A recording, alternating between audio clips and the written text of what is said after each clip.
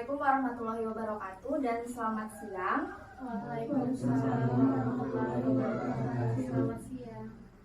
Oke, terima kasih kepada adik-adik sekalian karena sudah datang memenuhi undangan Ibu yang sudah Ibu informasikan pada beberapa hari yang lalu bahwa pada hari ini kita akan melaksanakan bimbingan kelompok. Nah, sebelum memulai kegiatan, alangkah baiknya kita berdoa terlebih dahulu. Berdoa Ibu pimpin, berdoa dipersilakan.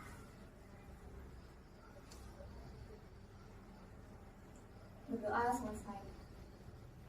Oke, sebelumnya Ibu mau tanya dulu nih, apa kabarnya adik-adik hari ini? Sehat semua? Oke, sehat ya. Oke. Sebelumnya, apakah sudah ada yang pernah mengikuti bimbingan kelompok? Oke, belum ya. Jadi belum ada ya yang mengetahui mengenai pengertian, tujuan, manfaat, langkah-langkah, serta asas-asas dari bimbingan kelompok. Kalau begitu, Ibu akan menjelaskan yang pertama mengenai pengertian bimbingan kelompok. Nah, pengertian bimbingan kelompok ini yakni proses pemberian bantuan yang dilakukan oleh guru BK pada peserta didik atau konseli dengan memanfaatkan dinamika kelompok sebagai upaya pencegahan, pemeliharaan, dan penanaman nilai-nilai. Lalu ada tujuan bimbingan kelompok. Nah, secara umum bimbingan kelompok ini bertujuan untuk membantu para siswa yang mengalami masalah melalui prosedur kelompok. Secara lebih khusus lagi, layanan bimbingan kelompok ini bertujuan untuk mendorong pengembangan perasaan, pikiran, persepsi, wawasan, sikap yang menunjang perwujudan tingkah laku yang lebih efektif. Nah, apakah sudah dapat dipahami mengenai pengertian dan tujuan yang sudah Ibu bilang berikutnya? Ada manfaat bimbingan kelompok. Jadi, dari manfaat layanan bimbingan kelompok ini yaitu dapat melatih siswa untuk hidup secara berkelompok, menumbuhkan kerjasama antar siswa dalam mengatasi masalah. Lalu yang berikutnya, Ibu akan menjelaskan mengenai tahap-tahap yang akan kita lewati nanti. Jadi kita akan melewati 4 tahap, yaitu tahap pembentukan, tahap peralihan atau transisi, tahap kegiatan atau tahap inti, dan tahap pengakhiran atau tahap. Setelah itu ada asas-asas dalam bimbingan kelompok. Dalam bimbingan kelompok itu menurut Prayitno ada asas keterbukaan, yaitu di dalam anggota kelompok ini hendaknya nanti kita saling terbuka dalam memberikan informasi. Lalu ada asas kerahasiaan, yaitu hendaknya kita nanti saling menjaga rahasia yang sudah dibagikan di dalam kelompok ini. Lalu ada asas kekinian, yaitu dalam bimbingan kelompok topik yang kita bicarakan itu adalah topik yang terjadi yang sifatnya sekarang. Lalu ada asas kenormatifan, yaitu asas yang menghendaki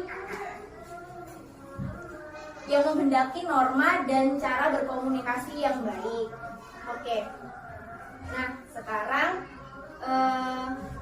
kita perkenalan dulu nih. Pasti mungkin di sini ada yang udah saling mengenal ataupun ada juga yang belum.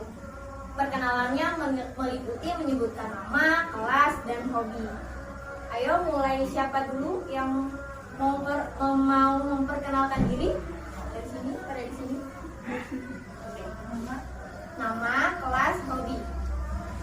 Assalamualaikum. Salam.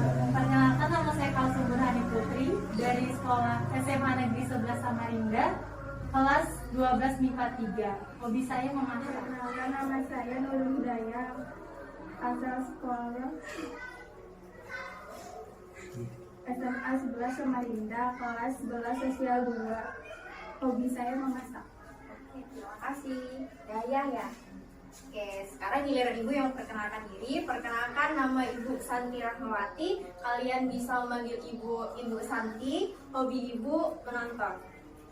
Oke, nah sudah saling mengenal atau belum? Sudah ya. Oke, tes nih, satu orang sebutkan temannya yang ada di anggota kelompok ini. Siapa? Langsung mungkin ada siapa aja tadi temannya bisa disebutkan? Aziz, Palen, fokus lagi, lebih rileks lagi. Kita main game dulu sebelum masuk ke kegiatan inti. Nama gamenya yaitu ibu menamai kelipatan door. Ada yang pernah dengar nggak? Jadi aturan main gamenya setiap kelipatan yang ibu sebut nanti kalian bilang door. Ibu mau kelipatan 3. Jadi setiap kelipatan 3 nanti kalian bilang door. Paham nggak? Jika misalkan 1, 2, door gitu. Pernah main? Oke, tahu ya. Oke. Jadi setiap kelipatan 3 bilang door ya. Mulai dari ibu dulu. 1, 2, 1 4, 4. 5 Door. 6. Door harusnya Oh door. iya ya. Oke, ganti kelipatan 2 deh. Ulang. 1, Door. 1 3 Dor 5 Door. Oke, udah fokus sekarang? Dor Udah ya. Jadi apakah adik-adik siap untuk masuk ke tahap berikutnya? Oke, siap ya. Baik, di tahap berikutnya itu yaitu tahap kegiatan. Di sini nanti kita akan menggunakan kartu media karir Holland. Nah, sebelumnya nanti Ibu akan sedikit menjelaskan materi mengenai kepribadian dan kecenderungan karir Holland ya. Yang mana tujuan umumnya ini diharapkan peserta didik atau konseli mengetahui mengenai kepribadian dan kecenderungan karir Holland. Lalu tujuan khususnya harapannya peserta didik bisa menyimpulkan pengertian kepribadian. Lalu tipe kepribadian dan kecenderungan karir menurut Holland ini ada 6 ya. Yang pertama ada tipe realistis, tipe investigatif, tipe sosial, lalu tipe konvensional, tipe enterprising, dan tipe artistik. Lebih jelasnya lagi, kalian bisa melihat video ini. Investigatif. Lu yang punya tipe ini suka banget mikir dan mencari masalah. Tipe ini juga suka hal-hal yang berhubungan dengan matematika atau sains. Orangnya biasanya kritis, teliti, dan analitis. Mereka biasanya lebih nyaman kerja sendiri atau dengan tipe yang sama. Contohnya kayak ahli matematika, programmer, atau apoteker. Nah, selanjutnya ada yang namanya artistik. Tipe ini cenderung ekspresif, mandiri, dan punya ketertarikan dengan seni kreatif, kayak menulis atau musik. Tapi orang dengan tipe itu gak suka aktivitas yang sama gitu tiap harinya. Makanya lu dengan tipe ini lebih menikmati pekerjaan yang lu dikasih kebebasan buat berekspresi. Contohnya kayak pemusik, aktor, penulis, atau guru seni. Selanjutnya adalah huruf S, sosial. Lu yang punya tipe ini sangat suka kerja dengan orang lain, terutama dalam hal memberikan layanan pada orang lain. Sebenarnya orang dengan tipe sosial bisa bekerja dengan semua orang, terutama buat mereka yang membutuhkan. Orangnya biasanya peduli dan kooperatif. Contohnya kayak konselor, pekerja sosial, atau perawat. Berikutnya huruf E, enterprising. Tipe ini pinter banget buat mimpin atau membujuk orang buat percaya gitu sama dia. Biasanya cocok di dunia bisnis atau politik. Pada dasarnya, tipe ini bisa kerja dengan siapa aja dan cenderung suka ambil peran leader dalam kelompok. Contohnya jadi manajer, jadi pengacara, atau jadi kepala sekolah.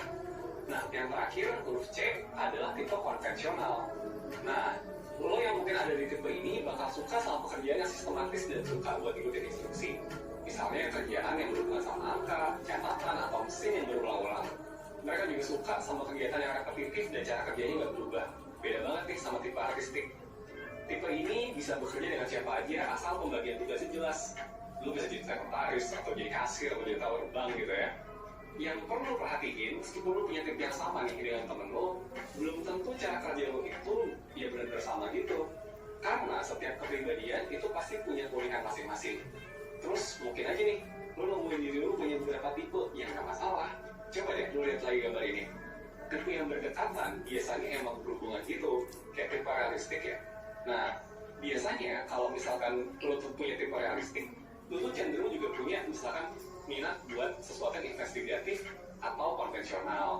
Tapi kecil kemungkinannya lu punya tipe yang berseberangan, kayak misalkan lu konvensional. Ini kita menggunakan kartu karir Holland, Ibu namanya. Oke, dari kartu yang sudah terbagi ini, apakah ada siapa dulu yang mau main? Ada dari sini apa dari sini? Dari siapa? Atau mau ditunjuk? Kakaknya dong, ibu aja yang tunjuk. Oke, saya yang tunjuk ya. Coba langsung ambil.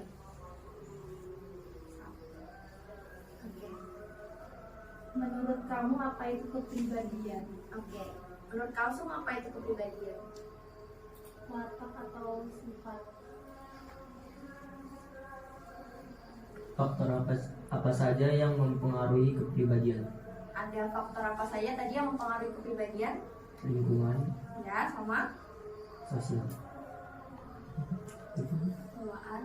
Lingkungan, bawaan,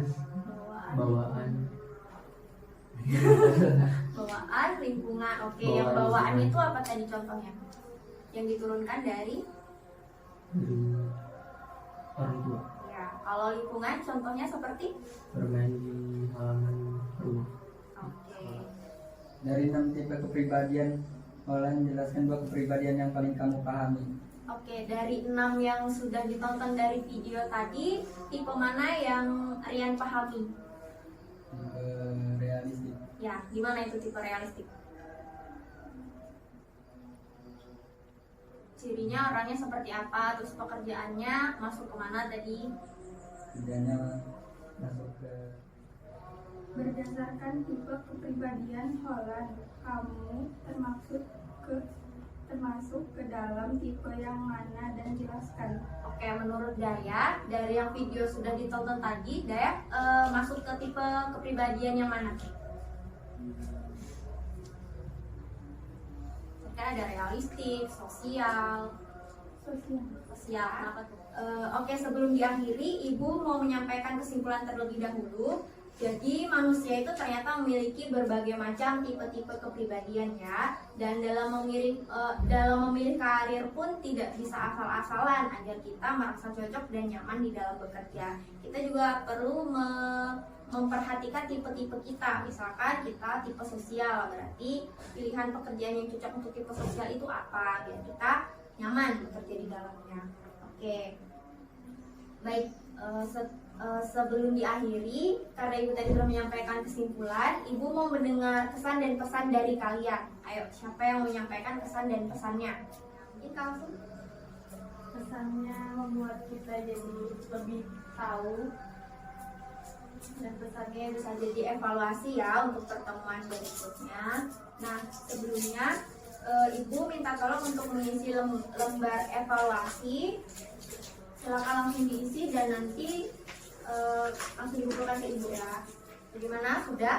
Sudah. Oke. Silakan dikumpulkan. Ya. Terima kasih untuk kehadiran adik-adik pada siang hari ini. Sampai bertemu di pertemuan berikutnya. Wassalamualaikum warahmatullahi wabarakatuh dan selamat siang. Assalamualaikum warahmatullahi wabarakatuh.